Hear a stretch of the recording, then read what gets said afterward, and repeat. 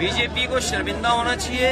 BJP को देश के सामने माफी मांगनी चाहिए। जो सरकार नोटबंदी का सबसे बड़ा फैसला लाई हो और कहती है उसके बाद काला धन खत्म हो जाएगा, व्यक्ति के घर पर या उस जगह पर इतना पैसे कैसे निकल रहा है। और हम कांग्रेस सांसद धीरज प्रसाद साहू से जुड़ी एक डिस्टिलरी यूनिट से जब्त की गई नकदी की गिनती 5वें दिन भी जारी है। कई गिनती मशीनें खराब हो गई है। छत्तीसगढ़ के इस मामले में कथित तौर पर गिनती मशीनों की तुरंत मरम्मत के लिए कुछ मैकेनिक बैंक में मौजूद रहे। इस खबर की खूब चर्चा हो रही है क्योंकि मामला 300 करोड़ से ज्यादा का है। वहीं दूसरी ओर इस पर जमकर सियासी बयानबाजी भी शुरू हो गई है। अब समाजवादी पार्टी प्रमुख अखिलेश यादव का बयान सामने आया है। उन्होंने इस मुद्दे पर बीजेपी सरकार को जमकर घेरा है। उन्होंने पहले ट्वीट पर अपना रिएक्शन दिया। उन्होंने लिखा, हाल में जो बेइंतहा नकदी बरामद हो रही है उससे बीजेपी सरकार को नोटबंदी की नाकामी का स्मारक बनवा देना चाहिए और उसके नीचे देश की अर्थव्यवस्था को बर्बाद करने के लिए अपना माफीनामा भी लिखवा देना चाहिए। इसी बात पर सरकार ये भी बताए कि कानपुर में उनके अपनों से पकड़ी गई सैकड़ों करोड़ की नकदी में आखिर में कितना वापस किया और क्यों। अखिलेश यादव सिर्फ ट्वीट करके ही नहीं रुके।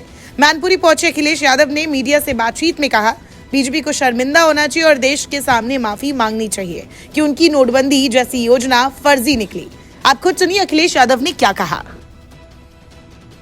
बीजेपी को शर्मिंदा होना चाहिए और बीजेपी को देश के सामने माफी मांगनी चाहिए।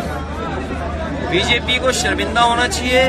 बीजेपी को देश के सामने माफी मांगनी चाहिए इस बात के लिए कि नोटबंदी जैसी योजना उनकी फर्जी निकली। ये एक साहू नहीं, इस तरह के न जाने कितने घरों में लोगों के पास पैसा होगा।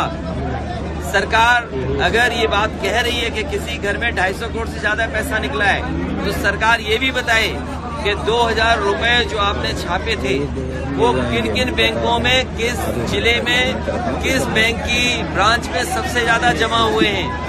जो सरकार नोटबंदी का सबसे बड़ा फैसला लाई हो और कहती है उसके बाद काला धन खत्म हो जाएगा, आतंकवाद खत्म हो जाएगा, तो बताओ उस व्यक्ति के घर पर या उस जगह पर इतना पैसे कैसे निकल रहा है। और हम तो समाजवादी लोग उन्हें वो दिन याद दिलाना चाहते हैं 2022 का, जिस समय एक इत्र व्यापारी के घर पे भी 200 करोड़ से ज्यादा रुपया निकला था और उस समय बीजेपी के लोगों ने अपने संसाधनों का इस्तेमाल करके ये प्रचार कराया था कि समाजवादियों का पैसा है। हम उन्हीं बीजेपी के लोगों से कहना चाहते हैं कि वो इत्र व्यापारी पे अगर समाजवादियों का पैसा था तो अब तो चुनाव आ गया है, कम से कम आधा ही हम लोगों के पास भिजवा दो।